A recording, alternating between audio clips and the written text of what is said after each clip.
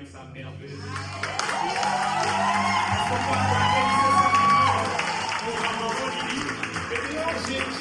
Amen. Maman Lily, c'est vrai que c'était pas prévu, mais j'aimerais quand même te donner le micro pour saluer l'église. Est-ce que tu peux venir simplement? Je te donne le micro, de bénir Dieu parce que c'est un privilège. Amen. Alléluia. Alléluia. La Bible dit que tout ce qui respire loue l'Éternel. Si ce matin il y a une âme qui respire, est-ce qu'elle peut louer l'Éternel? Alléluia. C'est un privilège ce matin de me retrouver au milieu de vous. Vous savez, je n'ai pas l'habitude d'accompagner mon mari quand il va prêcher. D'ailleurs, c'est la première fois. C'est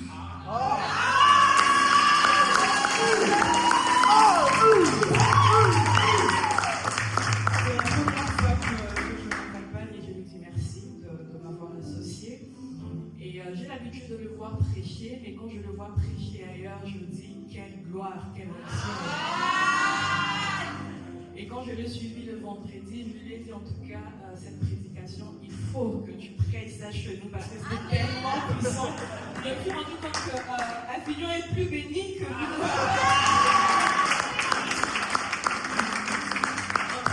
Merci pour l'invitation, merci pour la prise en charge.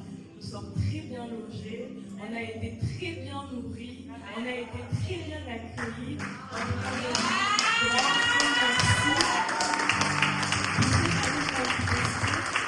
Parce que vous savez, lorsqu'on dit on vous aime, ça ne suffit pas, c'est les actes qui suivent pour moi que cet amour. Et j'avais reçu un très bon bouquet de fleurs. Maman, il a pensé que j'allais les laisser. J'ai dit non, moi les fleurs, je les conserve. Ça va prendre le TGV, je veux le conserver dans ma maison.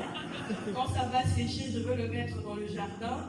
Je le conserve pendant 1 an, 2 ans, 3 ans, le fleur sécher parce que je me dis, c'est un signe d'amour que je dois vraiment préserver. Merci de tout cœur, que le Seigneur vous bénisse.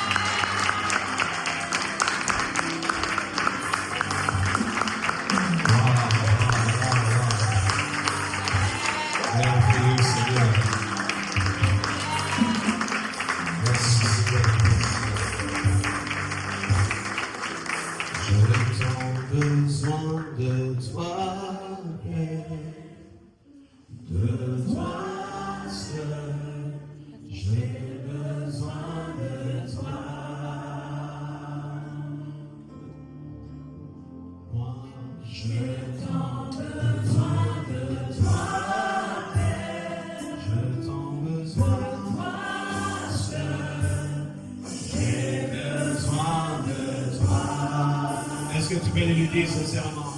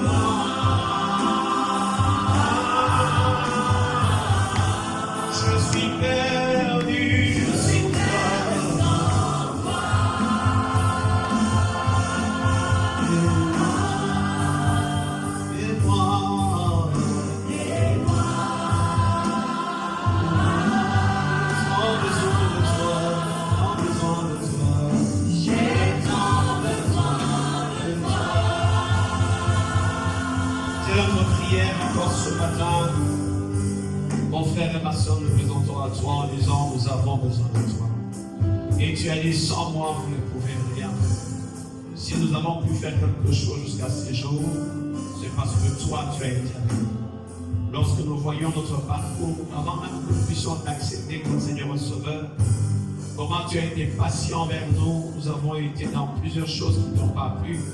Mais ton amour a été si patient, car l'amour est patient. Tu nous as démontré combien tu nous aimais avant même que nous nous rendions compte que tu nous aimais. Nous voulons te dire merci. Aide-nous à te rester fidèles en privé et en public. Aide-nous à te ressembler en privé et en public. C'est vrai, ce n'est pas facile. Mon Père, la croix nécessite un dépliement personnel. Mais je te prie, pour les temps qui nous restent encore sur cette terre, garde-nous fidèles à toi. Car lorsque tu viendras chercher celui qui est bon pour aussi fidèle. S'il te plaît, pour le peu de choses que nous avons déjà fait dans notre vie pour ce à quoi nous sommes appelés pour toi, nous prions, Seigneur, que nous ayons encore plus loin, faisons encore mieux. Équipe-nous, continue-nous, Seigneur, car nous savons que le chemin est long, afin qu'à la fin, tu puisses dire de nous, bons et fidèles serviteurs, entre dans le repos. Merci, Seigneur. Reçois l'honneur, reçois gloire. Encore ce matin, nous t'acclamons, parce que tu vis au milieu des acclamations de ton Père. Merci, Seigneur. Alléluia. Merci, Seigneur. Et amen, amen, amen, amen. Est-ce que tu peux acclamer Dieu pour ton voisin? Regarde ton voisin, acclame Dieu pour lui. Merci à vous qui avez fait la prière pour lui. Et vous allez si vous faites un entendement. Waouh, je prends ta place. Je suis vraiment béni, béni. Je ne le dis pas parce que je suis d'homme de la chair, mais parce que c'est une faveur vraiment pour moi de partager ce seul dimanche du 8 mars qui existe sur la terre avec vous. Chaque jour est spécial, chaque jour est unique.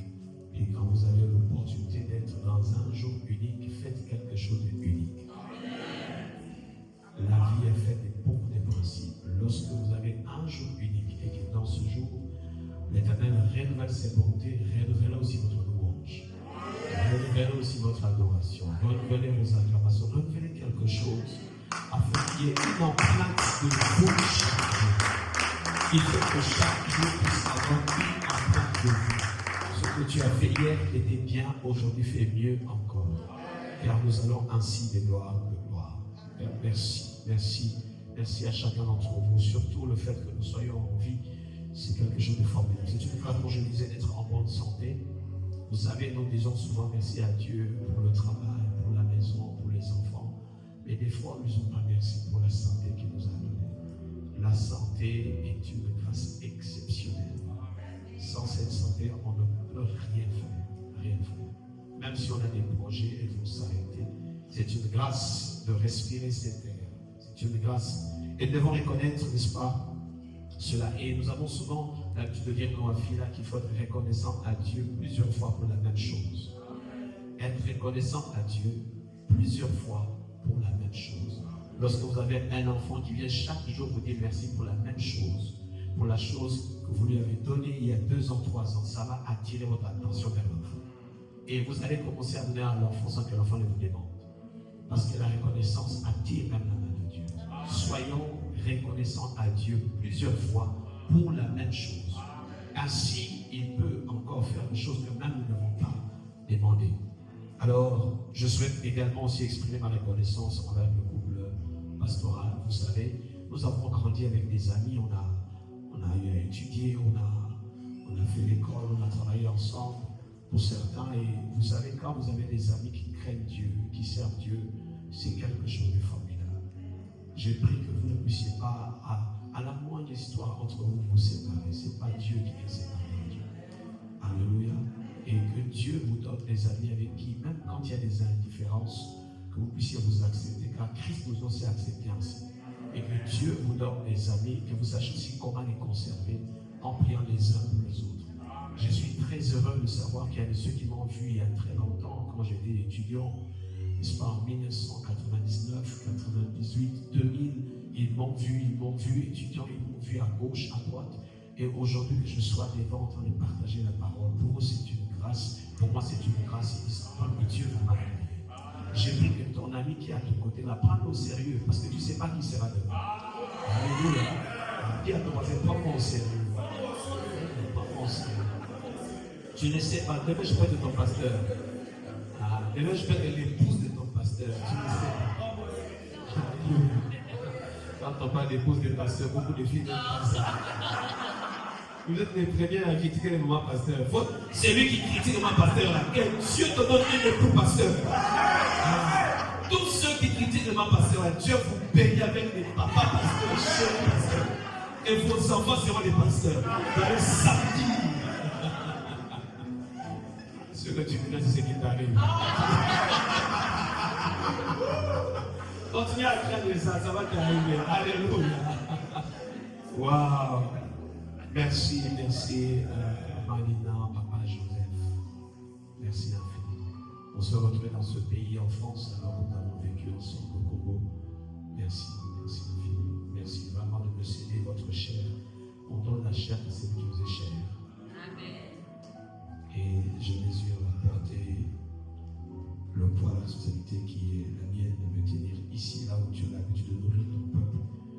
Et tu espères et tu crois que la nourriture que nous donnons pour aussi les bénir. Et nous devons dire merci à Dieu. Nous devons dire merci à Dieu pour le couple pastoral. Vous savez, vous n'avez pas idée des prix qu'ils payent. Des fois, ils disent pas tout. Les couples pastoraux payent un prix. Vous ne savez même pas, ils ne prient même pas pour eux-mêmes. Ils prennent des temps à prier pour les uns et les autres, les enfants à gauche, à droite, ici, à gauche, à droite. Et ils n'ont même pas le temps pour leur propre projet. Des fois, il faut penser à eux dans la prière. Alléluia. Ils sont prêts pour vous. Ils font ce qu'il faut pour que vous soyez les meilleurs. Mais parfois, eux-mêmes manquent des intercesseurs pour eux-mêmes et pour leurs enfants.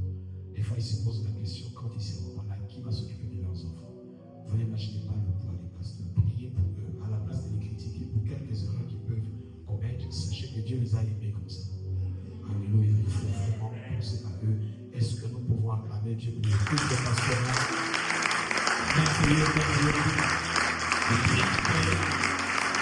Parfois, les ingratitudes qui sont obligées de supporter, les médisances, les calomnies, mais parfois ce vous qui êtes là, qui fait en sorte qu'ils soient encore là. C'est encore grâce à vous qui tiennent encore que Dieu vous bénisse vos enfants qui vous accompagnent dans ce ministère. Est-ce qu'on peut nous encourager? Héros de la foi, que Dieu te bénisse vos champions. Je suis heureux de te voir. Ceux qui saluent Dieu, le Dieu de tes parents, je suis béni. Alors, je voudrais aussi rendre grâce à Dieu pour celles et ceux qui portent ce fardeau de ICC Avignon. Je sais qu'à 12h30 tu vas manger, patientez-vous aujourd'hui. Vous êtes formidables. Vous êtes des conquérants, des vaillants. Et vous portez avec eux ce fardeau de voir ce lieu être transformé, de voir des vies être transformées. Vous mettez votre finance, vous mettez votre temps, votre énergie. Parfois vous servez Dieu dans l'anonymat avec autant d'empressement. Vous quittez le travail, vous venez ici et parfois vous n'avez pas rien. Et apparemment vous n'êtes pas même payé, il n'y a pas un paiement pour vous. Je voulais vous dire aussi merci. Ma prière pour ce jour et qu'à partir de ce jour, que Dieu te donne la rosée du ciel. Tu diras avec moi, je reçois. Que Dieu te donne la rosée du ciel et la graisse de la terre, le blé et le vin d'abondance. Tu sais, c'est trois choses que je vais mentionner. La rosée du ciel, la graisse de la terre et le blé et le vin. Je t'explique en deux mots. La rosée du ciel, c'est la faveur et la bénédiction venant de Dieu. Deuxièmement, la graisse de la terre, c'est la fertilité, la richesse et la prospérité. Troisièmement, c'est le blé et le vin et l'abondance et la provision. Alors acclame très fort Dieu pour ça.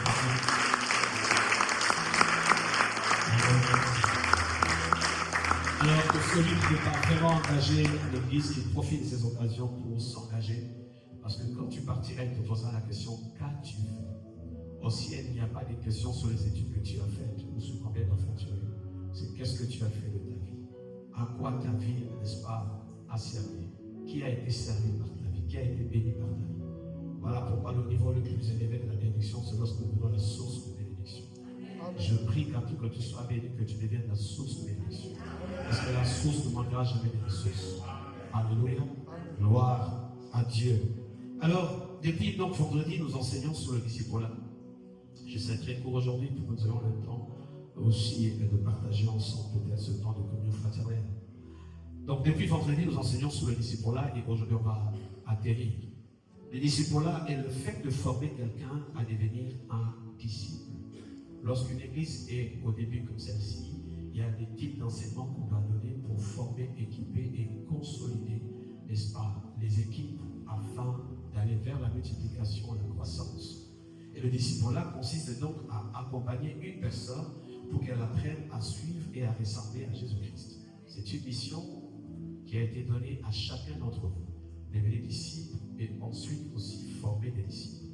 Personne ne doit rester sur les bancs après 3 ans et demi. Chaque personne doit pouvoir avoir des disciples après avoir été disciple. C'est vraiment ça le but. Le disciple-là est le processus par lequel un croyant est enseigné, guidé et formé. Chaque personne qui croit en Christ comme Seigneur et Sauveur doit être enseignée, guidée et formée. Je reprends pour celles de ceux qui écrivent. Le disciple-là est le fait de former quelqu'un à devenir un disciple. Un disciple est une personne qui est en train de suivre un maître. Et le disciple-là donc consiste à accompagner une personne pour qu'elle apprenne à suivre et à ressembler à Jésus-Christ. Lorsqu'on va te former, on va te former dans le but de former aussi. Alléluia. Il va te former pour que toi, tu formes à ton tour des disciples. Et ça peut commencer par chez toi, à la maison. Et le disciple-là donc est un processus par lequel un croyant est enseigné, il est guidé, il est formé pour grandir dans la foi et vivre selon les enseignements de Jésus-Christ. Donc, il y a, premièrement, l'enseignement à la parole de Dieu. Deuxièmement, l'exemple de vie du mentor ou du disciple plus mature. L'exemple de vie. Troisièmement, l'accompagnement spirituel, la prière, les conseils, les corrections. Et quatrièmement, la formation pour servir et faire d'autres disciples. Nous ne sommes pas, n'est-ce pas, des enfants de Dieu pour rester des enfants de Dieu. Nous devons arriver à être des fils de Dieu jusqu'au point de devenir des épouses de Christ. La première dispensation, c'est la dispensation des serviteurs. Moïse, serviteur. David, serviteur. Josué, serviteur de Dieu. Très bien, depuis Genève jusqu'à Malachie. Lorsqu'on arrive, n'est-ce pas, dans Matthieu, Jésus-Christ inaugure la dispensation des fils. Or, on ne peut pas être fils sans être enfant. Mais quand il reviendra, la troisième dispensation qui nous plonge d'ailleurs dans l'enlèvement, c'est celle de l'épouse de Christ. Il ne vient pas prendre le Fils de Dieu, il vient prendre l'épouse de Christ. Alléluia. Et donc, si on veut comprendre pour l'épouse, il y a la notion d'intimité. D'ailleurs, lorsqu'il donne les paraboles, n'est-ce pas, sur le royaume de cieux, il dit le royaume de cieux est semblable à 10 vierges qui attendaient un époux. Donc, c'est comparable. Et lorsqu'on parle de époux et épouse, il y a le noce de Cana, qui est son premier miracle. Son premier miracle est dans un mariage. Il dit c'est le vin qui viendra changer la fête. Or, le vin, c'est le Saint-Esprit aussi. Et lorsqu'il parle de noces, il parle de 7 ans de noces d'agneau qu'on aura de l'autre côté. Quand il viendra prendre son épouse et non son fils. C'est le monde qui attend la révélation des fils de Dieu. Mais lui, il vient récupérer l'épouse. Pourquoi? Il avait dit, je m'en vais au Père, quand je reviendrai, je viendrai vous chercher. Chercher qui? En Israël, lorsque quelqu'un fiancé, n'est-ce pas, une épouse, il ne le prenait pas tout de suite. Et cette épouse est allée chercher une place pour l'épouse. Et quand il allait chercher une place, il revenait seulement quand la place était acquise. C'est pour ça qu'il dit, je m'en vais vous préparer une place. Et quand il revenait, il prenait l'épouse, il faisait une fête de 7 jours. 7 jours qui correspondent à 7 ans. Et donc quand il viendra vous chercher, quand l'époux viendra, c'est pour aller aux noces de l'agneau. Et l'agneau, c'est Christ, bien sûr.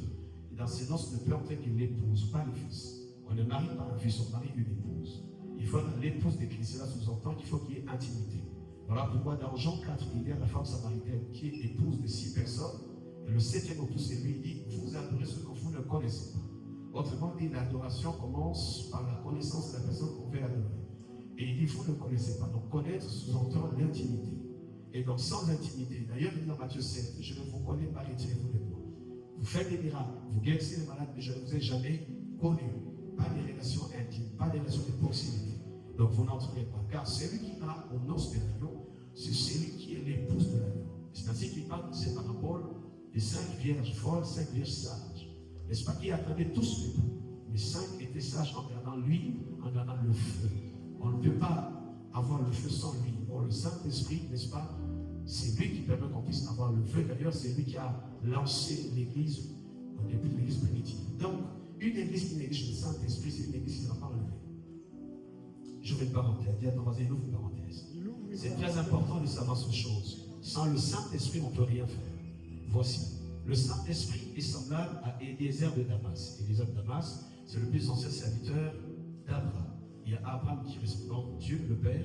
Il y a Isaac qui représente, n'est-ce pas, Jésus-Christ, le Fils. Et le Saint-Esprit est représenté par Eliezer de Damas, qui est l'ancien, le plus vieux serviteur d'Abraham.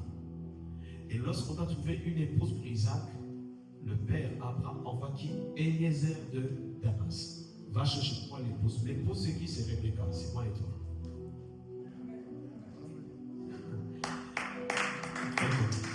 On ne peut pas rencontrer Isaac sans passer par Eliezer de Damas, le Saint-Esprit. Nous devenons le temple du Saint-Esprit, pas le temple de Jésus. Donc le Saint-Esprit doit habiter en nous. S'il n'habite pas en toi, tu ne verras pas Isaac.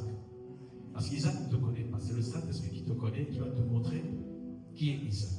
Donc Rebecca, que nous sommes, nous l'épouse, nous devons nous accrocher au Saint-Esprit pour savoir qui est Isaac. C'est pour ça que Jésus disait, quand il viendra, il vous parlera de moi. Eliezer Damas est censé expliquer à Rebecca qui est Isaac.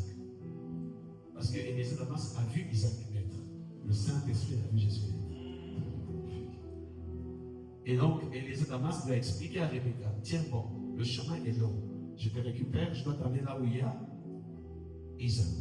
On est ensemble. Et sur le long du parcours, Eliezer Damas et Rebecca doivent marcher ensemble. On va marcher avec le Saint-Esprit. Tant que le Saint-Esprit est sur terre, l'Antéchrist ne peut pas venir. Il faut que l'église soit enlevée. Et celui qui sécurise l'église aujourd'hui, c'est le Saint-Esprit. C'est lui qui, depuis qu'il est descendu, n'est pas encore remonté. Il dit, quand il viendra, il prendra le secret à moi et il vous le donnera, disait Jésus. Et donc, Eliezer Damas est représenté par le Saint-Esprit qui va aller chercher Rebecca. Et Rebecca doit faire confiance au Saint-Esprit pour voir Isaac. Et il va poser la question, chemin faisant, comment est Isaac? Qu'est-ce qu'il mange? Et le Saint-Esprit va, pour nous, intercéder par des soupirs inexprimables. Parce que nous ne savons pas quoi demander. Donc, celui qui nous apprend ces choses, c'est le Saint-Esprit. S'il y a quelqu'un avec qui on doit marcher tous les jours, c'est le Saint-Esprit. Tu te réveilles le matin, bonjour Saint-Esprit. Il dit, il est avantageux que je m'en aille. C'est un avantage donc d'avoir le Saint-Esprit en nous. C'est très important de connaître ces choses. C'est ainsi que, je vais brûler un peu les étapes, lorsque les disciples doivent commencer le ministère, il leur dit, attendez encore le Saint-Esprit. Pourquoi? Moi aussi je l'ai attendu. Pour que je commence le ministère, comme je l'ai dit un petit peu hier, il a attendu d'être rempli du Saint-Esprit. Deuxièmement, conduit par le Saint-Esprit. Troisièmement, revêtu par le Saint-Esprit. C'est alors qu'il a commencé le ministère. Sans le revêtement, on ne saura pas savoir que tu es le témoin de Christ.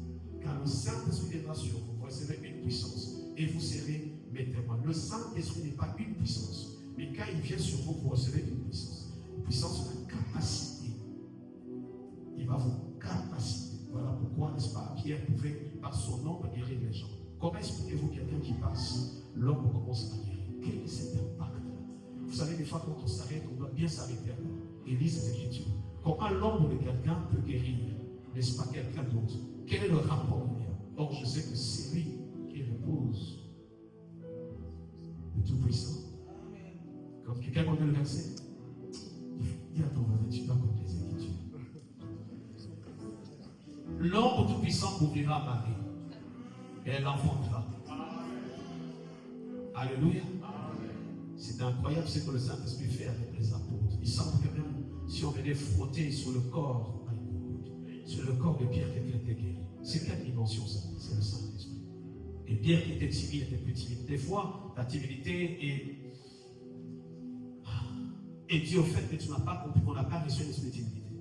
On a reçu un esprit d'adoption par lequel nous crions Abba Père. Abba Père. Je prie que tu sois maintenant l'ami du Saint-Esprit, que tu t'approches. Il n'y a personne qui nous enseigne ces choses, qui nous révèle ces choses, si ce n'est pas le Saint-Esprit. C'est un vieux livre qui date de plus de 2000 ans, de l'Antiquité, qu'on a traduit plusieurs fois. Comment allons-nous comprendre sans l'Esprit qui a animé les autres? Que l'Esprit qui était en Christ, qui avait ressuscité Christ, soit aussi en vous. Je t'en supplie chaque matin, le Saint-Esprit parle à moi. Mais mieux, Saint-Esprit, montre-moi quand c'est toi qui me parle. Je veux savoir quand c'est toi qui parles. Et pour savoir que cette personne te parle, il te faut une vie d'intimité, de proximité. Aujourd'hui, tu entends ma voix. Demain, si je te parle, tu sens que c'est moi, même si tu ne me vois pas. C'est qu'il sous-entend que tu connais maintenant ma voix. Alléluia. C'est ainsi que depuis 2 jours, nous avons parcouru ensemble la vie de notre Seigneur Jésus-Christ. Je rends grâce à Dieu pour les fils et filles des filles là qui sont ici. J'en vois nombreux. Manifestez-vous avec la main seulement. Manifestez-vous, manifestez-vous, manifestez-vous, fils et filles des filles là. Que Dieu vous bénisse aussi. Ils sont venus de Paris, de Montpellier. Je suis très touché. Nous avons voulu comprendre depuis 2 jours quelle était la méthode qui a permis à l'évangile de quitter l'Antiquité jusqu'au temps moderne. Qu'est-ce qui a fait que cet évangile qui a été annoncé par quelqu'un n'ayant pas l'apparence pour attirer le regard, que cet évangile nous parvient jusqu'aujourd'hui? Comment on peut croire en quelqu'un qu'on n'a jamais vu? Qu'est-ce qu'il a fait? Il a donc laissé des choses, une culture, une manière de faire. Nous avons voulu comprendre sa méthode. Nous avons scruté quelques lignes de sa naissance à sa croissance. On peut s'arrêter des jours et des jours parler de Jésus-Christ à partir de l'annonciation même, voir les détails qu'il y a. Il y a des belles choses à prendre. Je prie que vous puissiez être une église qui aime les enseignements. Alléluia. Une église qui aime. L'enfant ne dérange pas, soyez tranquille, ne dérange pas. Une église qui aime l'enseignement. L'enseignement. Parce qu'il y a 4 facteurs qui permettent la croissance dans une église. 1. Il croissait dans les enseignements des apôtres. 2. Dans la façon du pain. 3. Dans la communion fraternelle. 4. Les prières. Les prières à la fin, les enseignements au début. Si tu comprends, tu peux mieux prier. Nous devons aimer les enseignements. Elle n'a pas dit il croissait dans les prophéties. Non, il croissait dans les enseignements. Alléluia. C'est très différent. Alors, nous avons voulu en comprendre. Hier, nous avons ouvert une fenêtre sur les premiers pas en public de Jésus-Christ. Lorsqu'il a eu ses premiers pas dans le public. Ensuite, nos regards dans un film étaient fixés sur sa manière de choisir les disciples. C'était fantastique. Comment Jésus choisit les disciples. Nous avons compris par là que c'est normal qu'un leader puisse avoir des disciples. C'est normal. Nous comprenons par là que c'est normal. Le but même d'avoir des disciples est de la transmission de la mission pour la destination. Lorsque vous commencez une entreprise, vous devez avoir à l'idée la formation de celles et ceux qui travaillent autour de vous, de sorte qu'après vous qu'ils fassent quelque chose. Alléluia. Et vous ne pouvez pas léguer votre entreprise à quelqu'un qui ne vous ressemble pas. J'aime ça. Regarde, lorsque Dieu crée l'univers, il crée la terre pendant 5 jours, avant de continuer, il a créé quelqu'un à son image et à sa ressemblance. On ne peut pas te donner de continuer l'œuvre ici si tu n'es pas à l'image et à la ressemblance de ce qu'il t'a donné. Il a créé un homme et une femme à son image afin de lui dominer sur tout ce qu'il a créé. Il y a des choses qu'on n'arrive pas à te confier parce que quand on te regarde, tu n'es pas à l'image du pasteur. Tu n'es pas son image, tu ne le ressembles pas. Dieu n'a pas donné Éden à quelqu'un qui ressemble à Satan. Il a donné Éden à des personnes qui nous ressemblent, afin qu'ils soient comme nous. Lorsque nous formons des personnes, c'est afin qu'ils nous ressemblent. Comment tu peux mettre au monde un enfant qui ne te ressemble pas? L'enfant doit te ressembler au moins par les yeux, par le nez, ton caractère. On peut sentir, quand tu mets au monde, cet enfant te ressemble. Alléluia, ça peut être même par le son de sa voix. On ne confie qu'à ceux qui vous ressemblent. Alors Jésus voulait former, il voulait transmettre, il voulait partager, parce qu'il s'est dit, je ne peux pas partir ainsi. Et il a fait son choix. Et un choix qui nous étonne tous, qui nous a étonnés tous hier. Regarde, Jésus choisit des personnes ordinaires. Vous savez, c'est incroyable la manière dont Jésus a choisi. Ce n'est pas une classe d'élite qu'il avait choisi. Ce n'est pas des érudits. N'attends pas lui, je ne sais pas prêcher. Il n'a pas que les gens qui savent prêcher. Non, non. Moi, je vous le dis, je n'ai pas assez honte pour cela. Je n'ai jamais fait l'école biblique. Je n'en ai pas du tout honte. Alléluia. Il n'a pas choisi des personnes très connues, ni des personnes ayant une capacité extraordinaire. Non. Il a pris des gens ordinaires pour en faire des personnes extraordinaires. Venez tel que vous êtes, servez Dieu avec ce que vous êtes. Alléluia. Il a pris des personnes qui ne connaissaient pas du tout, même chasser les démons. On n'avait jamais chassé les démons avant Jésus-Christ. Depuis Genèse jusqu'à Malachie, personne n'a chassé un démon. Il a fallu que Jésus vienne avec une méthode. J'ai pris que le jour où tu te lèves pour parler de Christ, et Dieu te donne une méthode à toi tout seul de faire certaines choses. Et c'est ça qui marquera la différence. Nous prions autrefois, nous prions avec les amis quand on a commencé l'église pour dire Seigneur, nous ne voulons pas une église de plus, nous voulons une église avec un plus. Et Dieu accorde à cette église un plus. Et que chaque personne vienne voir et chercher ce plus-là. Et votre étoile brille au point que les mages se déplacent de qui défendent jusqu'à venir à la vie. Ce n'est pas l'étoile de tout le monde qui déplace les marches. Non, non. Les marches se déplacent pour l'étoile de celui qui est appelé à être roi. Même si c'est encore petit, on peut se dépasser. Je prie que les gens se déplacent même quand l'église n'est pas encore très grande. Non, que les gens se déplacent parce qu'ils ont la révélation de qui vous serez demain. Il a pris des gens ordinaires pour en faire des personnes extraordinaires. Il a pris des personnes qui ne connaissaient pas du tout pour en faire un atout. Les gens qui ne connaissaient rien du tout pour faire de un atout. Tu es un atout entre les mains de Dieu. Tu sais, si tu es entre les mains de Dieu, tu deviens un atout. Même si tu n'es pas du tout quelqu'un pour quelqu'un. Je peux te dire, si tu es entre les mains du Seigneur, tu seras l'atout du Seigneur dans cette génération. Oh, j'ai béni Dieu pour la personne qui t'a mis au monde parce qu'il ne sait pas qu'est-ce qu'il a mis au monde. S'il savait ce qu'il a mis au monde. Je dirais, quelqu'un qui t'a mis au monde, mes parents, tu es heureux de t'apprendre. Je serai l'enfant de Dieu. Je disais un jour à une de mes parents, j'ai dit, tu es heureuse de m'avoir eu. J'aurais pu naître ailleurs. Oui. Dites à votre maman ou papa, papa, tu es cool. Sois heureux de m'avoir eu. Parce qu'il y a des parents qui ne sont même pas contents d'avoir certains enfants. Ils leur ont dit, je regrette d'avoir mis au monde. Mais toi, ils ne m'ont jamais regretté. Deuxièmement, Jésus mélange volontairement des profils opposés. Lorsqu'il fait son choix des apôtres, le mélange m'étonne. Je vous ai dit ici hier et avant-hier que moi, pour commencer à l'église, j'ai commencé à réfléchir sur les méthodes de Jésus. Comment tu choisis les gens comme ça? Pourquoi tu ne choisis pas les salédrains, les évêques, les prêtres, les grands prêtres? Pourquoi tu ne choisis pas les gens qui sont connus pour commencer le ministère? Pourquoi tu ne choisis pas les gens qui ont déjà une expérience? Pourquoi il prend ceux qui sont vides? Pourquoi il prend des gens qui n'ont même pas ils ne sont pas connus sur les réseaux sociaux? Il prend des gens, n'est-ce pas, dont les profils sont très opposés. Matthieu, par exemple, collecteur d'impôts, travaillant pour l'Empire romain, qui était, n'est-ce pas, l'Empire qui avait occupé Israël à l'époque. Il prend Simon les Zélotes, qui était lié à un mouvement nationaliste, n'est-ce pas, opposé à Rome. Il prend deux personnes, l'un travaillant pour Rome et l'autre travaillant contre Rome. Il les met ensemble. Regarde comment est-ce que Dieu nous a mis ensemble. Est-ce que nous pouvions à l'époque nous asseoir ensemble? Il a pris celui-là qui a étudié, l'autre n'a pas étudié, l'autre papa a divorcé, l'autre pas. Il a pris des profils bizarres et nous a mis ensemble. Alors pourquoi n'allons pas nous affaiblir ainsi? S'il a pris des profils, n'est-ce pas, opposés pour les mettre ensemble, pourquoi n'allons pas nous accepter tels que nous sommes? Alléluia. Ces deux personnes devaient peut-être être des ennemis si ils étaient dans la vie active, mais à cause de Jésus. Je suis à tes côtés à cause de Jésus. Je ne suis pas plus meilleur que toi. Si tu savais la vie passée de ton voisin, tu ne serais même pas son ami. Mais c'est à cause de Jésus. Alléluia. Dis à ton voisin, je suis là à cause de Jésus. Troisièmement, Jésus choisit des tempéraments très différents. Regardez. C'est extraordinaire. Il prend des gens qui ont un tempérament bizarre. Simon veut dire le gros os. Quelqu'un qui vacille à gauche et à droite. Impulsif. Impulsif, mais aussi un peu courageux. C'est quelqu'un qui est capable d'être à vos côtés avec un couteau dans la bouche. Il est capable de défendre à sa manière. Mais quelqu'un qu'il faut solidifier. Son père l'appelle Simon, mais Jésus l'appelle Pierre. Pour le solidifier, parce qu'il est vacillant, pour le fixer. Quel tempérament? Il prend Thomas. Thomas, un réfléchi, un sceptique. Il ne croit pas s'il n'a pas vu. Mais il prend Pierre qui est courageux, il met à quelqu'un qui est sceptique, quelqu'un qui doute. Dans notre entourage, nous avons des personnes qui doutent même de nous-mêmes.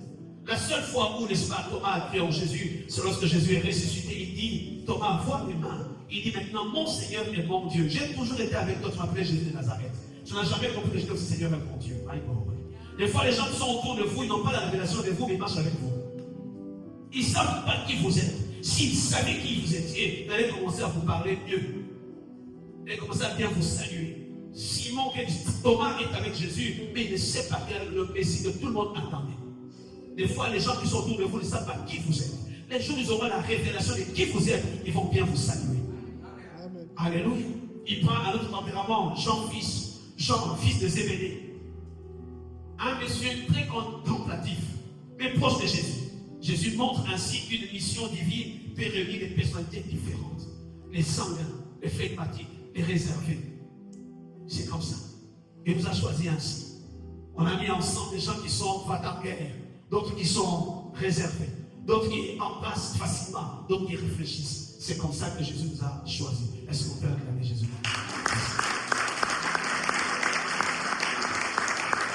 Mais aussi, il ne choisit pas des gens qui ont une vie parfaite. Il va faire un choix bizarre. Parmi les 12 se trouve aussi même Judas Iscariote. Je ne sais pas, il est loin pour t'expliquer ce qui s'est passé à Iscariote. Le temps nous manquerait. Et c'est lui qui va le trahir. Des fois, autour de nous, nous ne savons pas que nous avons choisi. On choisit les gens qui vont nous trahir. Oui, il y a des gens qui m'ont trahi, mais je les ai choisis. Mon problème, ce n'est pas d'avoir choisi Judas. Non, je l'ai choisi. C'est à lui de se conformer par rapport au choix. Nous choisissons des gens bien sans savoir qu'un jour, ils vont nous trahir. On a fait un choix. Des fois, on a laissé certaines personnes sérieuses. Et ceux qui ont été choisis, qui sont autour de nous, des fois, nous font plus mal que ceux qu'on a laissés à côté. Étienne n'a rien fait à Jésus de mal, mais il a été laissé de côté. Il a choisi Judas, il a aimé Judas, 3 ans et demi. Il a été ensemble avec lui, jusqu'à donner la bourse de l'équipe. Et c'est celui qui l'a trahi. Des fois, quand nous choisissons, nous ne cherchons pas à savoir ce que tu feras demain.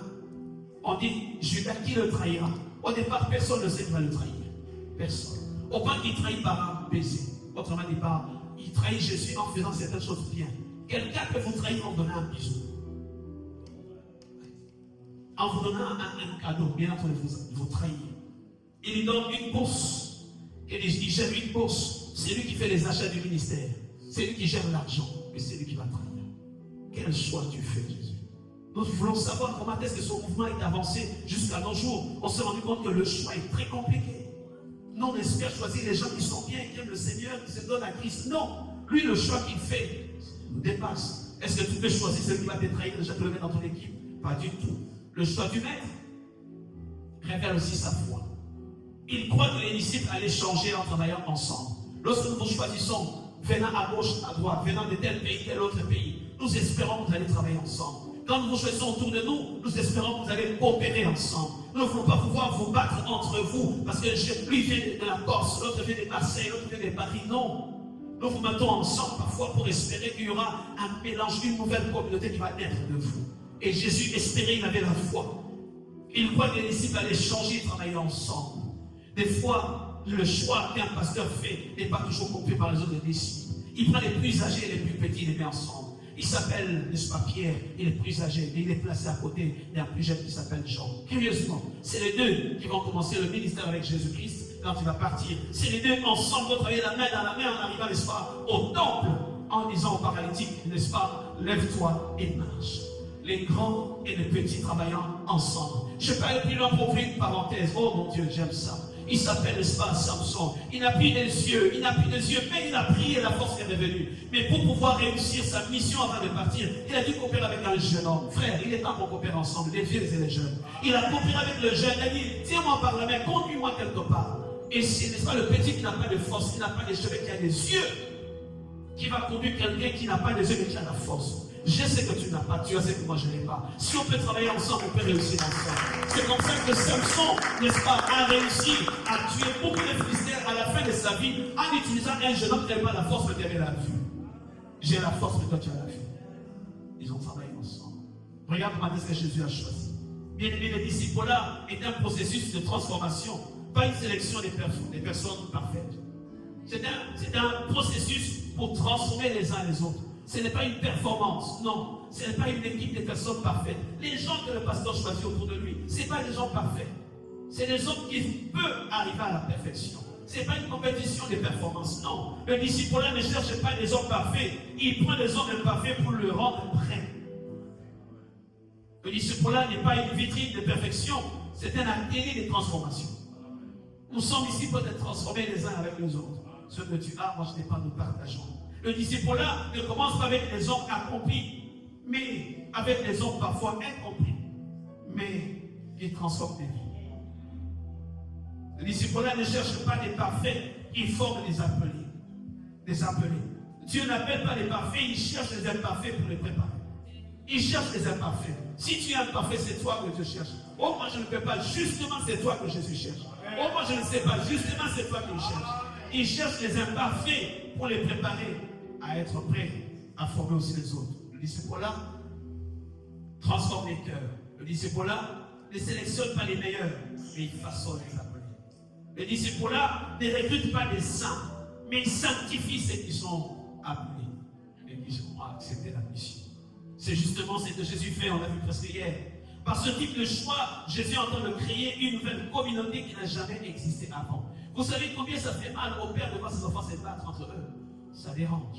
Et il y a des enfants, et vous voyez des enfants se battre entre eux, ça vous fait mal. Quand vous avez mis des gens autour de vous et qui chacun cherche à avoir un poste, ça vous fait mal. Tu ne les as pas appelés pour les postes, tu les as appelés pour les former, les équiper, afin qu'eux-mêmes aussi forment les autres et aller plus loin. Et ça fait mal à un père de voir les enfants, les filles s'écalonner entre eux.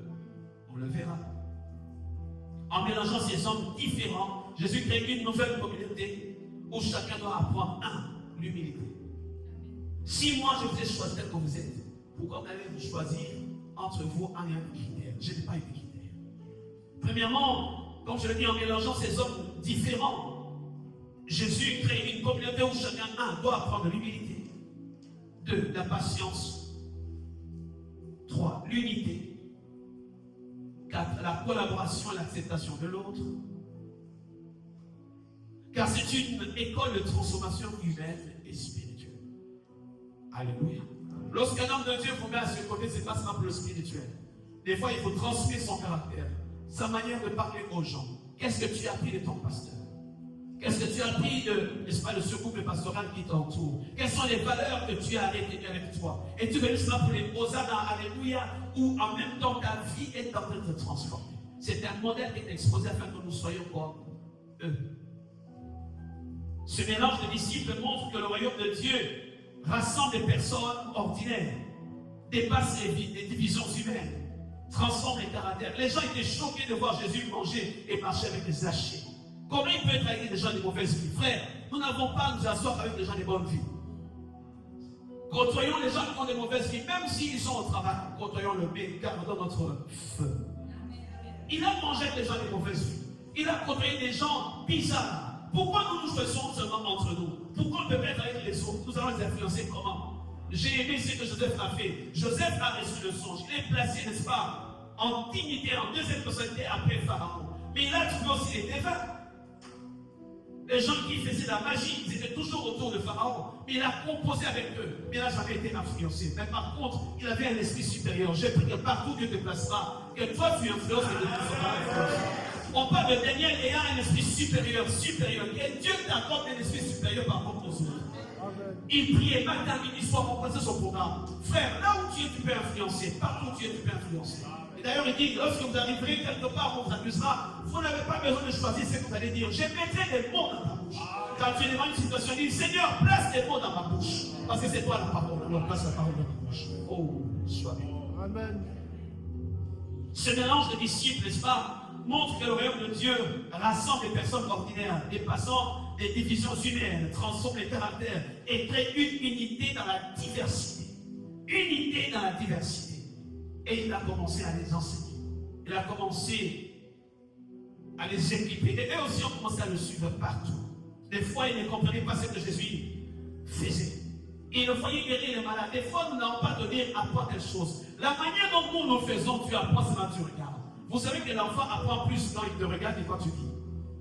Si en te regardant faire, l'enfant apprend le mieux plutôt qu'en parlant en disant. Il les voyait ressusciter les morts. Eux aussi allaient ressusciter les morts. Tout ce que le pasteur fait, vous le ferez aussi. Il les voyait multiplier le pain, le poisson, mais ils ne le connaissaient pas toujours.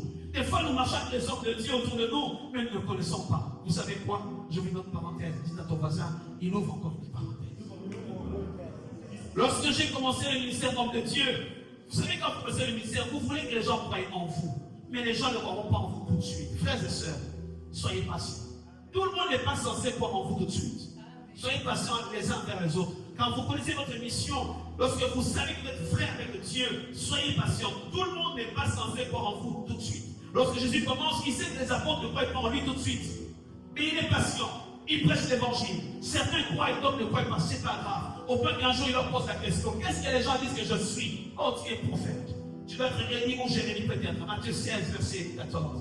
Et il leur pose la question. Qui dites-vous que je suis alors vous-même? Ils ont presque dit aussi la même chose. Frère, j'ai compris qu'il y a des moments où quand Dieu te met dans le ministère ou dans l'église, les gens croiront en vous quand ils verront certaines choses par vous. Certaines personnes m'ont suivi à l'époque quand j'ai commencé, mais le jour où les démons commençaient à sortir dans les corps des gens, la dimension de croyance en voit augmenter. Oui. j'ai commencé une série d'enseignements sur les accompagnements spirituels. Et là, il y avait des guérisons, il y avait des démons qui sortaient des corps et des vies des gens. J'ai vu ceux qui m'ont suivi autrefois. La chose est là. Dieu avec toi. Leur foi a grandi. Ils ont commencé à croire. Les gens croiront en vous si vous croyez en Christ et vous grandissez avec lui.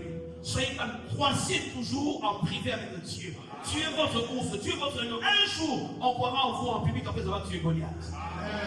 Alléluia. Et Jésus a vécu cela. Les Juifs ne croyaient pas en lui. Jusqu'à ce qu'un jour, il laisse un problème arriver jusqu'à la fin. Il laisse un problème arriver au point où il ne peut pas y avoir des retours. Je parle de Lazare, son ami, qu'il aimait beaucoup, le frère de Marthe et de Marie. Il sait que les Juifs ne croient pas en lui. Mais lorsque Lazare est malade, il ne vient même pas. J'en parlerai dimanche prochain chez nous. Lorsque, n'est-ce pas, Lazare est malade, Jésus ne se présente même pas. Il fallait qu'il vienne quand ils étaient malades. Quand il était malade, il ne vient pas. Mais il attend que la maladie l'amène à la mort. Mais il dit, cette maladie n'est pas à la mort. Mais qu'est-ce que tu racontes? Oui, je sais ce que je dis. Pas à la mort. Mais il meurt 4 jours. Et quand il se présente devant le tombeau de Lazare, qu'est-ce qu'il dit? Père, je te loue ce que tu m'exauces toujours. J'ai calculé les minutes, même pas une minute. C'est quelle prière où tu parles à ton papa quelques secondes et puis la miracle arrive. Père, je te loue parce que tu m'exauces toujours. Mais j'aime la phrase qui vient après. Je ne prie pas pour moi. Je prie pour les gens qui sont ici, afin qu'ils croient que tu m'as envoyé. Je crois qu'il y a des choses que Dieu doit faire pour toi, pour que les gens sachent que Dieu t'a choisi. Je t'assure. Ils n'ont pas tellement pris en toi. Il y a des choses que Dieu doit faire par toi, afin que même sans dans ce cas-là, il est béni. Je ne prie pas pour moi, mais pour les gens qui m'entourent, afin qu'ils sachent que toi tu m'as envoyé. Parce que je me suis rendu compte que depuis longtemps, ils ne croient pas en moi. Lazare, sors! Et Lazare sort en dansant. Ils sentaient depuis 4 jours. Pourquoi 4 jours? Les Juifs, 4 jours c'est trop. 3 jours, premier jour, deuxième jour, ils pensent que l'esprit de la personne tourne un petit peu dans la ville. Et qu'il peut toujours à tout moment revenir à la vie. Et ils sont là, ils attendent. 3 jours passés, 4 jours, ils disent, oh, c'est trop tard. Et Jésus a attendu le 4e jour quand c'est trop tard. J'aime quand Jésus attend que c'est trop tard. Des fois, pour des situations, Jésus attend que ça soit trop tard. Et quand il a fini de faire ce miracle, je ne sais pas les détails. La Bible dit, un plus grand nombre de Juifs crurent en lui. Donc, tout ce temps-là, un plus grand nombre n'avait pas cru en lui. Ils attendaient seulement la résurrection de Lazare. Je prie que Dieu fasse une résurrection dans ta vie qui va pousser les gens à croire de toi qui as réellement suivi Jésus. Il y a des choses que Jésus faisait pour que les gens sachent que toi, tu es vraiment enfant de Dieu. Et ça, tu dois prier à Seigneur, ça là, pour que mon patron sache que je suis enfant de Dieu. Parce qu'ils ne croyaient pas. Donc, c'est pour dire qu'il y a des gens qui ne croiront pas en vous quand que Lazare n'est pas ressuscité. Vous savez ici, si vous invitez un pasteur qui est un peu trop connu, il va dire, on a invité des pasteurs, c'est entre nous, il ne dit pas au pasteur. Beaucoup de pasteurs demandent, il va venir, non. Je ne sais pas si c'est dire. Ne m'accusez pas. Des fois, ils demandent business class pour venir. L'église a combien de membres? Combien d'années déjà? Ils veulent savoir quelle autorité. Ils veulent sur les réseaux sociaux. Est-ce qu'il y a beaucoup de gens sur les réseaux sociaux? Est-ce qu'ils, oui, ils choisissent pour venir. Il y en a beaucoup comme ça. Il y a des gens qui ne croient pas en vous à cause des photos que vous mettez. Ils disent non, c'est une petite église. Ceux qui ne savent pas, c'est que Jésus peut naître même.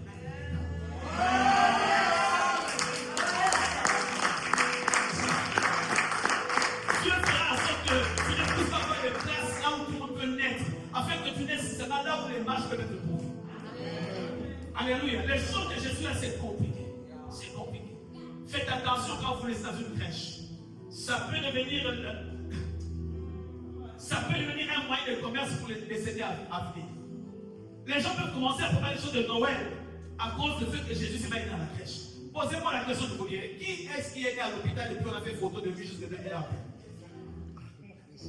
Lui, il est né à l'étable, mais on fait photo, on fait carte, on fait vidéo pour lui qui est né à la crèche. Je vais mettre à quelqu'un. Dieu peut faire des choses grandioses à des endroits misérables. Des fois, les gens croiront en vous seulement quand ils verront les écrans géants. Frère, vous tous qui êtes ici, croyez déjà en cette œuvre. Amen.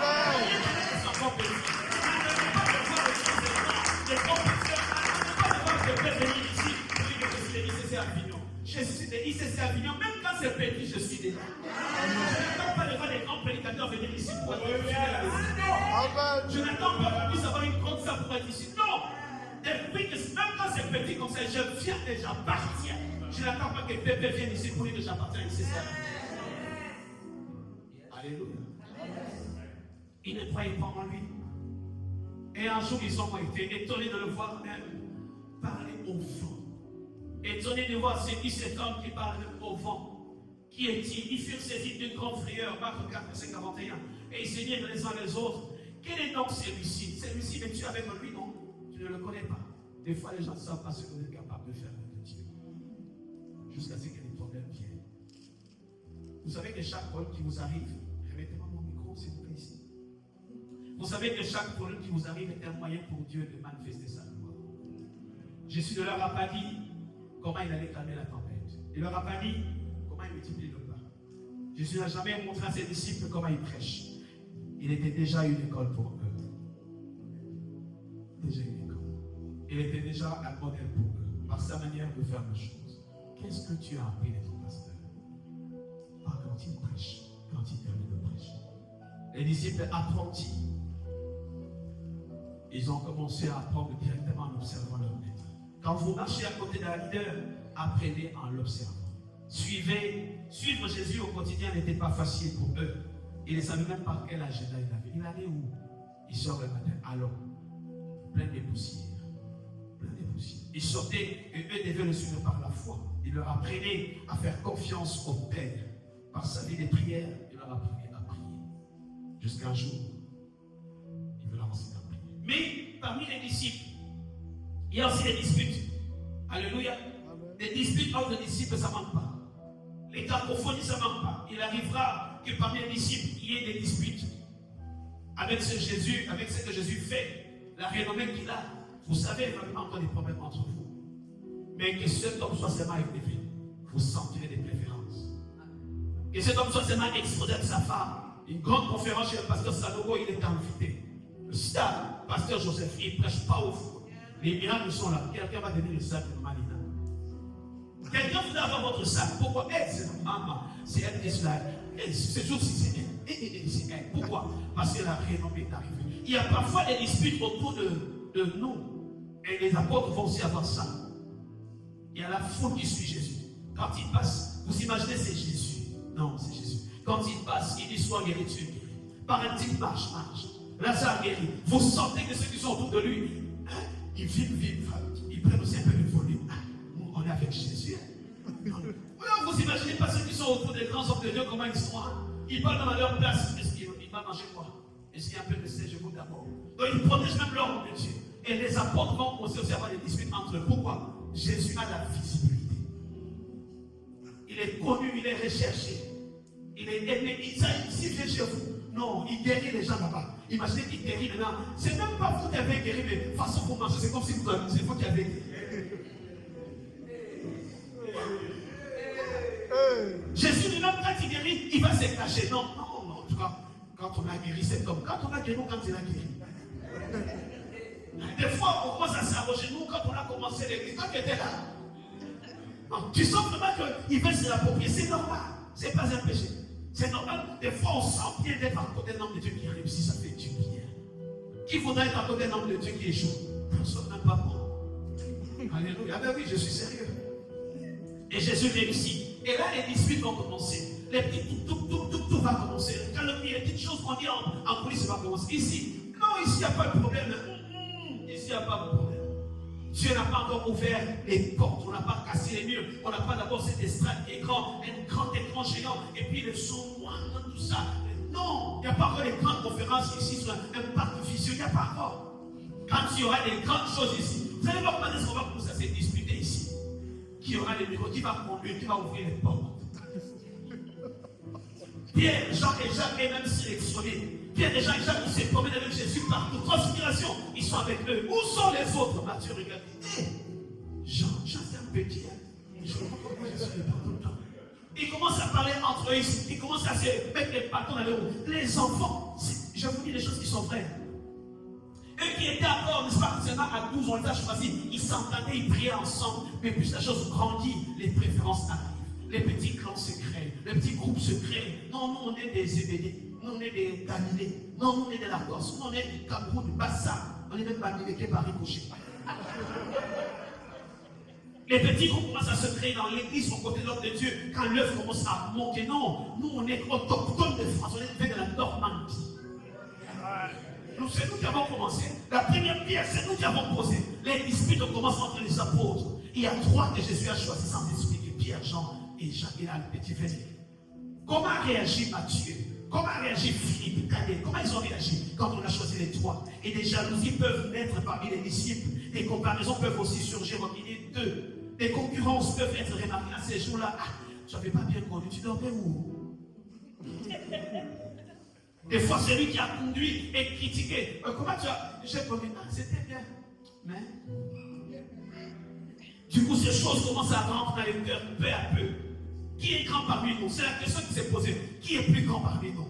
Depuis quand quand je vous ai choisi, je vous ai dit qui est grand parmi vous. Et j'aime Jésus de façon choisi. Il n'a dit pas qui est grand parmi eux. Mais eux-mêmes, vous se dit, bon, entre nous ici, après Jésus, c'est qui? Dites vous-même. Dites vous-même, dites vous-même. Et Jésus les a appelés, mais il commence à chercher qui est grand parmi eux. Ça arrive. Moi, je sais que ça arrive, même chez moi là-bas. Ils ne vont pas vous dire, il y a des personnes qui sont tellement accrochées à vous pour que les autres voient que c'est vous qui l'avez choisi. C'est lui qui s'est choisi à vos côtés. On est ensemble? Ouais. Si tu es venu, acclame-moi. Il y a des gens qui sont fidèles. Ils nous sont fidèles à nous parce qu'ils sont fidèles à leur projet à côté de nous. Alléluia. Non, ils sont fidèles à leur projet qu'ils ont. Ils ont vu quelques indices. Non, cette église il va loin. Il s'est à Avignon. Non. Il est temps que comme ça choisir sa place. Il faut être fidèle maintenant, on ne sait jamais. Oh, je ne parle pas à vous, je parle à l'autre Avignon. Il y a un autre Avignon. C'est pas l'Avignon ici. Non. Il y a un autre Avignon au ciel. C'est avec lui que je parle. Des grands. Qui est grand parmi nous? Cette question est souvent posée en sourdine. On n'a pas de physique. Ça ne peut pas se dire, mais vous allez sentir. Qui est le maître après le chef? Qui représente le maître à son absence? Entre les disciples, il peut donc y avoir des guerres, des égos, des histoires, des incompréhensions. Ça peut arriver. Regardez le profil que j'ai détaillé ici. C'est normal qu'il y ait des guerres, mais ça ne doit pas nous diviser. Un jour, cela arriva aux oreilles de Jésus-Christ. Je suis dans Marc 9, 33. Ils arrivèrent à Capernaum. Lorsqu'il fut dans la maison, Jésus leur demanda: de quoi discutiez-vous en chemin? Ils n'ont pas dit à Jésus ce de quoi ils parlaient en chemin. Mais Jésus a su qu'ils se disputaient entre eux. Et par sincérité, parfois, il dit: bon, dites-moi, vous parlez de quoi quand on était là-bas? Dites-moi. Jésus savait tout. Vous savez, nous, les hommes de Dieu, nous pouvons savoir que vous vous disputez entre vous. Alors, au verset 34 du même texte de Marc chapitre 9, mais ils gardèrent silence. Car en chemin, ils avaient discuté entre eux pour savoir qui était le plus grand, qui est le plus proche, qui est reconnu ici. Jésus savait de quoi ils discutaient. Alors, au verset 35, il s'assit après la vie. Venez ici, venez. Il appela les 12 et leur dit: asseyez-vous. Si quelqu'un veut être le premier, il sera le dernier de tous et le serviteur de tous. Si quelqu'un veut chaque fois être élu, si quelqu'un veut être le premier et cherche la visibilité, il sera le dernier de tous. Pas le dernier de quelques-uns, le dernier de tous. Et il va encore au verset 43 de Marc 10. Il n'en est pas de même au milieu de vous, mais quiconque veut être grand parmi vous, qu'il soit votre serviteur. Tu veux être grand, sois mon serviteur. Sers-moi et tu seras grand. Il veut dire par là que la grandeur n'est pas dans la position, mais la grandeur est dans le service. Sers l'autre. Aide-moi ton voisin, sers-moi et tu seras grand. Change de voisin encore, sers-moi et tu seras grand. Maintenant, acclame-le en le regardant. Change de côté. Parce qu'il va te servir bientôt là où tu es très grand. Quand tu vois quelqu'un commencer à te servir, c'est qu'il va être très grand. Non, il a des projets pour être grand. Quand tu vois quelqu'un pour te servir et tout ça, tu as compris que ce gars ici va être très grand. Il va être très grand. Alléluia. La grandeur est dans le service. C'est en servant les autres qu'on devient grand. Et ça, c'est un procédé incroyable. J'ai compris pourquoi Amazon est grand. C'est parce qu'il nous sert. Il nous sert en nous mettant en contact entre le vendeur et les acheteurs. Tous ceux qui veulent réussir dans l'entreprise doivent être dans l'entreprise de service.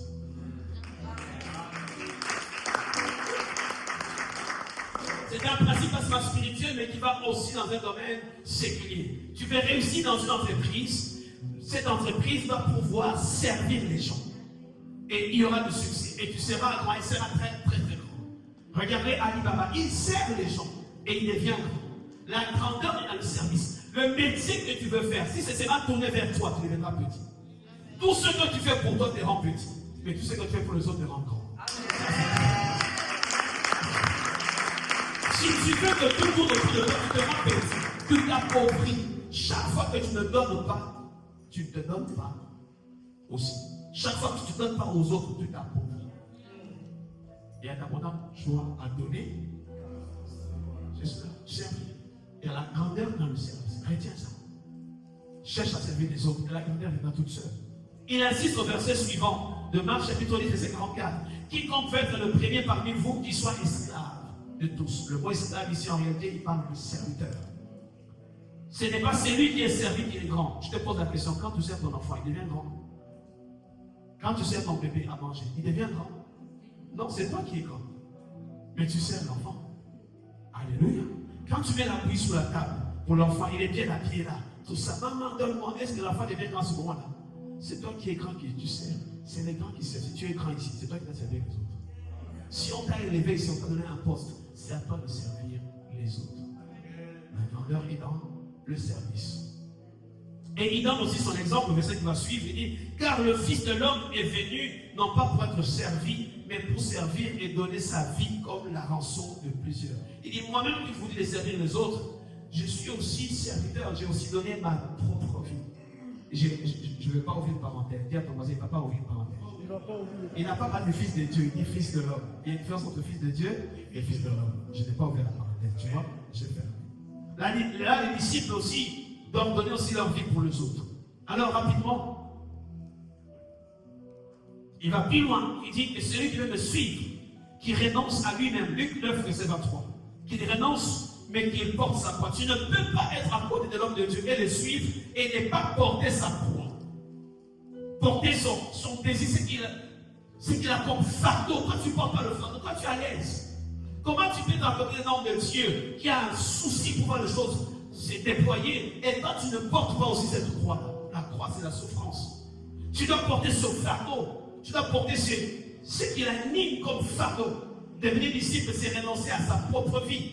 Devenir disciple, c'est renoncer à sa volonté pour suivre celle de Dieu. Devenir disciple, c'est abandonner ses propres chemins pour marcher dans les voies de Dieu. Devenir disciple, c'est parfois laisser ce qu'on aime pour celui qui nous aime. C'est ça être disciple, c'est pas facile. Puis il dit à tous au verset 23 de Luc 9, si quelqu'un veut venir après moi, c'est me suivre. Qu'il renonce à lui-même. Qu'est-ce que tu as renoncé à toi-même pour suivre Jésus? Si tu n'as rien vu de tel, tu n'as rien renoncé, tu n'as pas suivi Jésus. On ne peut pas suivre Jésus sans renoncer à notre Jésus. Je peux reprendre. On ne peut pas suivre Jésus sans renoncer à notre propre Jésus. Je suis. Tu dois renoncer au Jésus pour suivre Jésus qui est Jésus.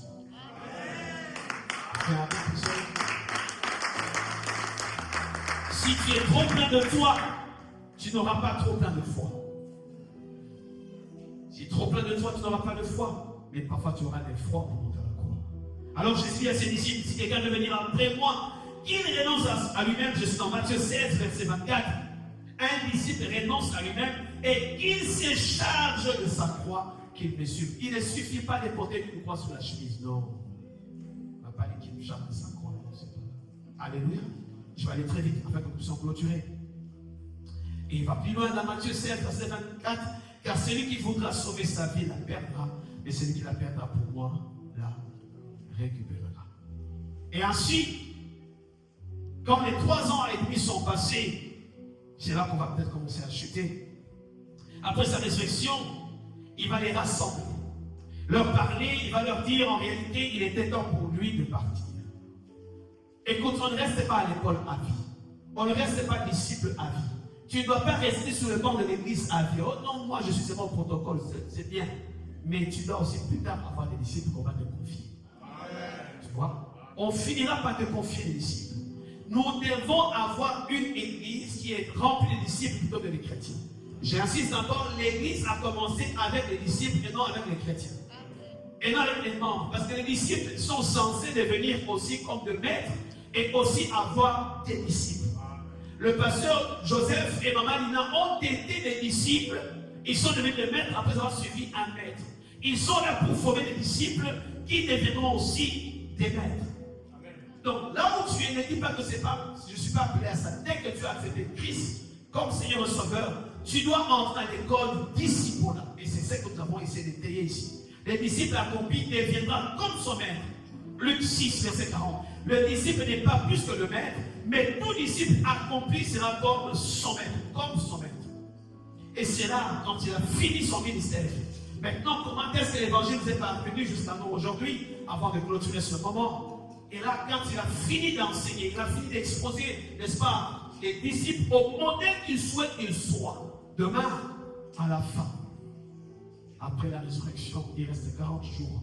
Et c'est là que nous tombons dans Matthieu chapitre 28, le merveilleux texte. Les derniers mots de Jésus. Vous savez, quand une personne meurt, avant de mourir, il a des mots qu'il laisse en dernier. C'est ces mots-là qu'on prend souvent en considération. Qu'est-ce qu'il a dit? Il y a deux choses. Les premiers mots de Jésus, après avoir quitté le désert, c'est l'Esprit du Seigneur sur moi, car il m'a oint pour annoncer une bonne nouvelle. Et puis nous allons, c'est Isaïe 53, et il a étayé ça, nous sommes dans Luc. Et maintenant, à la fin, il dit la même chose aux apôtres. Il dit, Matthieu 28, verset 19, 18 aussi, Jésus s'étant approché leur parla ainsi, tout pouvoir a été donné dans les cieux, sur la terre. Allez, faites de toutes les nations des chrétiens. Non, des disciples. Non, on n'est pas là pour former des chrétiens. On est là pour former des disciples. Vous savez que les églises ne s'épanouissent pas parce qu'on a formé beaucoup de chrétiens. Et des membres et des fidèles. Or, les fidèles sont toujours infidèles. Alléluia. Nous sommes là pour former des disciples. Des gens qui vont aussi aller. Et il rajoute, allez, faites de toutes les nations des disciples. Ensuite, baptisez-les au nom du Père, du Fils et du Saint-Esprit. Verset 20. Enseignez-leur à observer.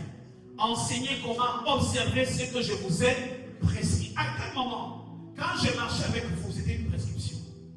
Quand vous me voyez faire, comment j'ai enseigné sur l'amour, comment j'ai enseigné sur la prière, c'est les mêmes choses que vous devez aussi enseigner aux autres. Ce que tu as vu de moi, donne-le aussi aux autres. Paul disait à Timothée, ce que je t'ai donné, confie à des personnes fidèles. Ce que je vous ai prescrit, n'enseignez pas ce que vous voulez. Au moins, quand on va me donner la chair, j'ai des cartouches ici, j'ai. Non, j'attends ce jour, on va me donner la chair. Non, ils vont s'en dire, voilà. Elle peut conduire comme elle conduit la même. Le jour où on me conduit, je serai sinage. Non, non. Enseignez-leur ce que moi-même je vous ai prescrit. Si tu commences à enseigner, quand on parle de prescription, on sous-entend qu'il s'agit d'un médecin qui prescrit un médicament. Si tu prends un autre médicament, tu vas aggraver le problème de santé. Prends ce que je t'ai prescrit, ce que je t'ai enseigné. Enseignez-leur à observer tout ce que je vous ai prescrit. Et voici, je suis avec vous tous les jours jusqu'à la fin du monde. Qu'est-ce qu'on t'a prescrit? Allez, allez. On ne peut pas dire aller à tout le monde. On a dit aller seulement à ceux qui étaient autour du pasteur. Et ceux qui étaient les vrais disciples, c'est à eux d'aller. On ne peut pas dire, écoutez, j'ai vu des jeunes gens aller dans les métros de Paris commencer à prêcher, tout ça. Et je me dis, mais qui t'a dit aller? Oh non, dans la Bible, non, on a dit ça aux disciples. Toi, tu es disciple de qui? Oh non, on nous a dit à nous tous, dès que tu es converti. Non, dès que tu es converti, tu dois maintenant aller là où on t'a appelé pour être équipé. Et ensuite, c'est celui qui t'a équipé qui va te dire, va créer une équipe avec ce que je t'ai équipé. Tu ne peux pas aller tout seul comme ça, non. Et si tu rencontres un démon qui te tabasse là-bas, pose la question au fils d'Esqueva, acte 19. Ils sont partis au nom de Jésus que Paul prêche. Les démons, on connaît Jésus. Et d'ailleurs, son fils Paul nous réclame connaissons dans notre système ici qu'il est fort, mais toi, on ne te connaît pas. Il t'a envoyé. Et ils ont tabassé, les démons ont tabassé. Il a laissé nu ce garçon-là. Et ce jour, il n'est plus sorti parce qu'il y avait des photos WhatsApp sur lui. Il faut attendre qu'on puisse t'envoyer. Si on ne t'a pas envoyé, ne t'envoie pas. Alléluia. Il a dit aller aux personnes seulement qui l'ont suivi. Pas aux personnes qui l'ont abandonné. Parce que pendant qu'il faisait le ministère, certains ont abandonné Jésus. Ne dites pas aller à ceux qui vous ont abandonné. Non. Dites aller à ceux qui ont payé le prix avec vous. Même si quelquefois ils vous ont trahi comme Pierre, récupérez-le encore. Alléluia. Récupérez encore. Si c'est Pierre, oui. Mais si c'est Judas, il s'est pendu lui-même. Il y a des gens parce qu'ils font, ils sont pendus eux-mêmes. Il ne faut pas les chercher. Ils étaient pendus. Alléluia. Il y a des gens parce qu'ils sont faits sur vous. Ils se sont pendus. Donc ne cherchez pas quelqu'un qui est pendu. Alléluia. Il a dit aller uniquement à celles de ceux qui ont souffert, qui ont porté. Même si des fois il y avait un Thomas mais qui s'est rattrapé. Alors à eux ils disent, allez. Allez montrer un mouvement de sortie vers les autres. Faites de toutes les nations disciples. Il dit à des personnes qui ont été des disciples. Et le premier ministère sur les 5 ministères, on a que 5 ministères. Les autres sont des ministères auxiliaires, ils sont appelés comme ça. 5 ministères, apôtres. Apôtres, c'est le tout premier. Apôtres, pasteurs, évangélistes, docteurs et prophètes. Alléluia. Et ils commencent, les disciples finissent toujours par être des apôtres. Oui, oui. Jésus ne limite pas le message à un seul peuple. Allons, répandons-nous, allons en Italie, allons à tel endroit, allons. Il dit, baptisez-les au Père, au nom du Père, du Fils et du Saint-Esprit. Allez, baptisez-les, enseignez. Il n'a pas dit prophétiser, il dit enseigner. Il y a des églises où on fait des prophéties du matin au soir. À quel jour on va nous enseigner? Du coup, les gens commencent à vivre avec le complément qu'on appelle la prophétie. Alléluia. Personne n'est grandi avec la prophétie. C'est les enseignements qu'il faut croître. Il est dit, quand vous m'avez suivi, on va vous suivre aussi. Si vous m'avez suivi, on va vous suivre. Pourquoi est-ce que les gens sont ici en train de prier Dieu à ICC Avignon? C'est parce qu'il y a quelqu'un qui a suivi quelqu'un. Pour qu'on te suive aussi, montre-moi qui tu as suivi. On a suivi ceux qui ont suivi. Alléluia. Pierre, André, tous ils étaient là. Jésus les avait rencontrés. Alors, en finissant, j'aimerais que tu entretiennes ceci. Ils étaient tous ensemble. Jésus était pris dans le tombeau. Ils avaient marché avec lui. Ils étaient dans un confort autrefois. Et ensuite, Jésus leur a dit de partir aussi faire la même chose que lui. Mais à un moment donné, lui qui a voulu faire des pécheurs maintenant d'hommes, à un moment donné, ils se sont lassés. Je continue par là. Il leur a dit, allez prêcher l'évangile. J'ai déjà fait des pécheurs d'hommes. Mais à un moment donné, on peut avoir envie de devenir pécheur de poissons. Pierre, n'est-ce pas que j'ai déjà fait les 3 pécheurs d'hommes? Il arrivera des moments où, après qu'on t'ait déjà copié en tant que disciple, que tu as envie de revenir à ton ancienne vie. Et cela est arrivé aux apôtres. Ils sont allés, n'est-ce pas, reprendre la pêche. Qui se souvient, Jésus avait déjà, n'est-ce pas, annoncé qu'il faut qu'ils aillent se cacher quelque part et attendre. Mais Pierre a dit, bon, cette affaire-là, c'est compliqué. Et puis il est devenu pêcheur d'hommes. Et d'aller pêcher les hommes ce jour-là, et plutôt pêcheur de poissons, pardon. Quand il reprend la pêche, il fait ça. Il n'y a pas de poisson. Des fois, il y a des personnes ici qui devaient déjà commencer à servir Dieu, mais ils ne veulent plus servir Dieu. Ils sont allés encore à la pêche des poissons. Alors qu'ils ne sont plus pêcheurs de poissons, ils sont pêcheurs de hommes. Et quand Pierre est parti là-bas, pour attraper le petit poisson, il n'arrive plus. Tu vois, il y a des difficultés que tu as là. Parce que tu n'es pas à l'endroit où Jésus t'a demandé d'aller. Il leur a dit, allez maintenant, devenez pêcheurs d'hommes. Non, moi j'ai mon business, moi j'ai mes affaires. Bon, l'église, je venais seulement le dimanche, et puis moi, l'évangélisation, répète, nuit de prière, je ne viendrai pas.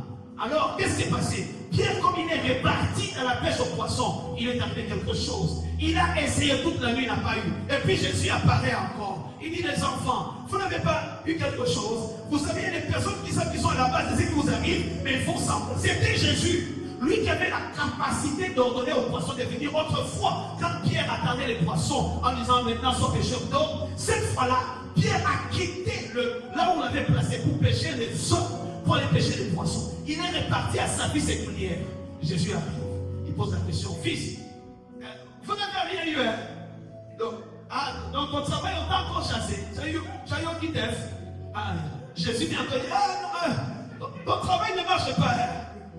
C'est pour dire, est-ce que tu as la non, je t'avais laissé?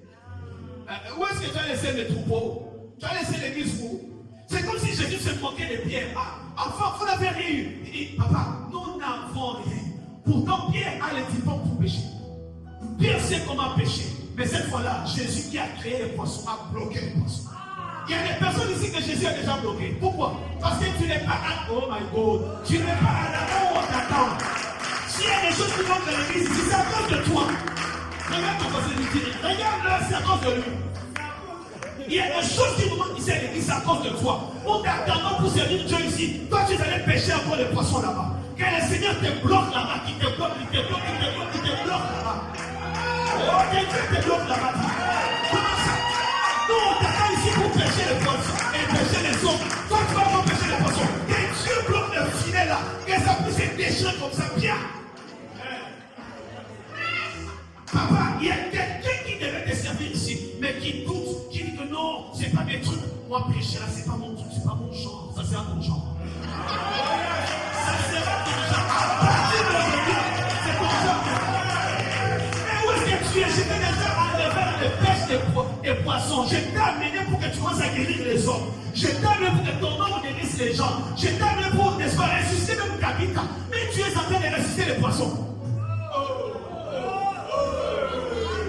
Papa, ici à Avignon, bloque-moi tous ces gens qui devaient ici être ici. Bloque-les qui n'étaient pas. Papa, bloque-les.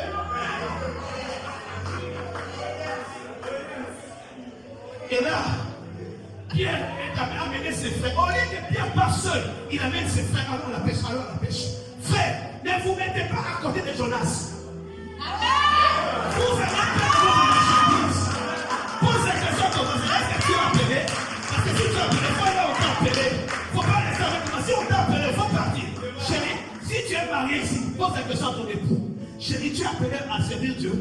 Je n'ai pas de problème. Va servir Dieu. Est-ce que tu vas arriver ici? Dis à ton ami, mon ami, est-ce que tu es appelé à servir Dieu? Si tu es appelé à servir Dieu, va servir Dieu. Je ne vais pas perdre ma cargaison. Si tu es à côté de Jonas et que Jonas n'aime pas Dieu, tu es en danger. Pose la question, est-ce que tu es appelé? Dis que je commence à avoir peur. Est-ce que tu es appelé? Ah oui. Tu auras des problèmes. Non, c'est important. Quand vous êtes à côté de Jonas qui suit la mission de Dieu là, non, vous allez jeter toute la cargaison jusqu'à ce que vous allez jeter. Jette Jonas, s'il est là. Jette Jonas, il faut aller là-bas. Jette-le. Jonas a dit non, si tu n'arrives pas à réussir ici, c'est à cause de moi. Jetez-moi dans l'eau. Et quand moi j'ai Jonas dans l'eau, l'eau s'est calmée. Et ce calmé après avoir perdu déjà les effets. Alors Jésus vient et dit, enfant, vous avez eu poisson. Vous n'avez pas eu, hein? Vous avez senti, vous avez senti. Ça c'est Jésus. Je te pose la question, les blocages que tu as là, c'est parce que tu ne veux pas servir Dieu. Il y a certains blocages qui sont dus au fait que tu as fait la mission. L'église ici devait avoir beaucoup de finances à cause de toi. Tu fais une finance et puis on arrive ici. Et Dieu te finance. C'est biblique. Alors il dit, nous n'avons rien eu. Et puis Jésus, comme il est amour, il te permet, il dit, bon, jette les filets là. Papa. Et puis quand il jette, et puis il faut avoir beaucoup de poissons, comme si les poissons entendaient la voix de Jésus. Tu vois, il y a des blocages que tu as là. C'est parce que Jésus a bloqué. Ce n'est pas un démon. Hein? Non, ce n'est pas un démon. C'est Jésus. Oh, qui t'aime que tu es là? C'est Jésus. Il faut qu'il t'aime dans les pêches des poissons pour aller te retrouver avec un papier dans la pêche des hommes. Je te dis, tu es venu, c'est tout toi et moi qui avons la peau noire. Tu es venu faire quoi ici en France? Dieu t'a envoyé le servir. Alléluia. Et Dieu t'a envoyé le servir. Après étude, il faut servir Dieu, gagner les hommes, les amener au ciel. Il faut servir Dieu. Ce que tu as là, c'est pour servir Dieu avec. Et si tu mets au train, c'est pour toi à Dieu aujourd'hui. Donc Jésus, dans son amour, va te permettre d'avoir, à partir d'aujourd'hui, Dieu va débloquer quelque chose pour toi. Il a vu que, bon, il te comprend.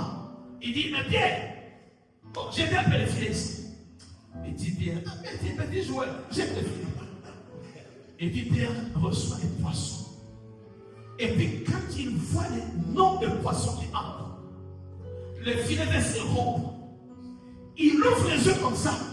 Il dit, c'est Jésus. Les amis, Pierre, c'est Jésus, c'est Jésus. Mais c'est bien, c'est comme ça exactement. Pierre, c'est Jésus. Et Pierre avait honte. Pourquoi? Il n'était pas habillé. Il est rentré encore dans l'eau. Parce que Jésus était là. Il a eu honte. Il n'est pas dans l'endroit où il était. Tu vois, maintenant là, tu vas avoir un peu d'accalmie. Dieu va ouvrir une porte pour toi. Tu auras quelque chose de bien. Mais c'est pour te dire, rentre à la mission. Rentre à la mission. Et quand il a dit ça, Pierre a jeté mes filets de poissons. Il m'a encore regardé le servir. Je jette. C'est la dernière fois que Pierre a pêché le poisson pour commencer à pêcher les hommes. Que Dieu nous bénisse.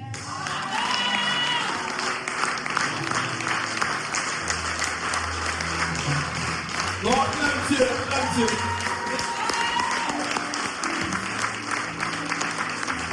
Voici ce que je te propose. Je ne sais pas comment tu vas prier pendant ces 3-4 minutes seulement. Où est-ce que tu es? Es-tu disciple? Oui, je suis disciple. As-tu accepté Christ? Oui, j'ai accepté. As-tu accepté d'être conduit et grandi dans la parole? Oui, je désire être, n'est-ce pas, membre de l'église et manger la parole, être équipé, préparé. Je veux ces choses. Mais des fois, les choses du monde me retirent et m'amènent encore à revenir aux choses que j'ai déjà laissées. Je ne sais pas dans quelle direction tu vas prier.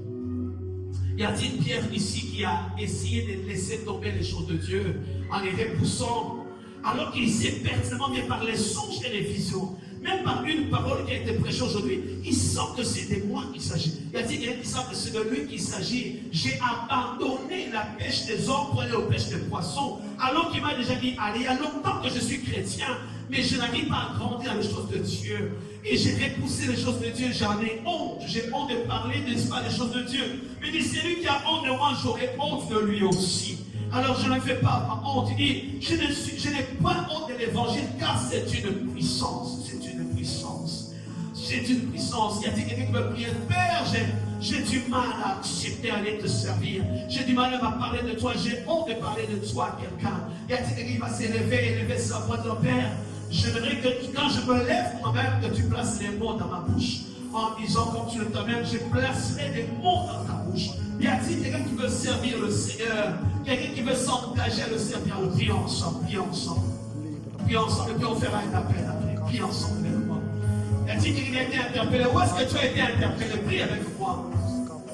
Que tu sois au protocole, que tu sois, n'est-ce pas, à la musique, que tu sois, n'est-ce pas, peut-être à la télé, aux médias, que ces paroles, tu sens qu'elles.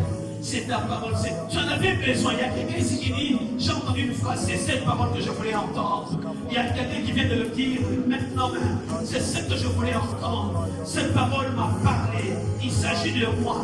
Au-delà des amen, il y a une décision ici. Il s'agit de moi. Père, merci pour l'homme.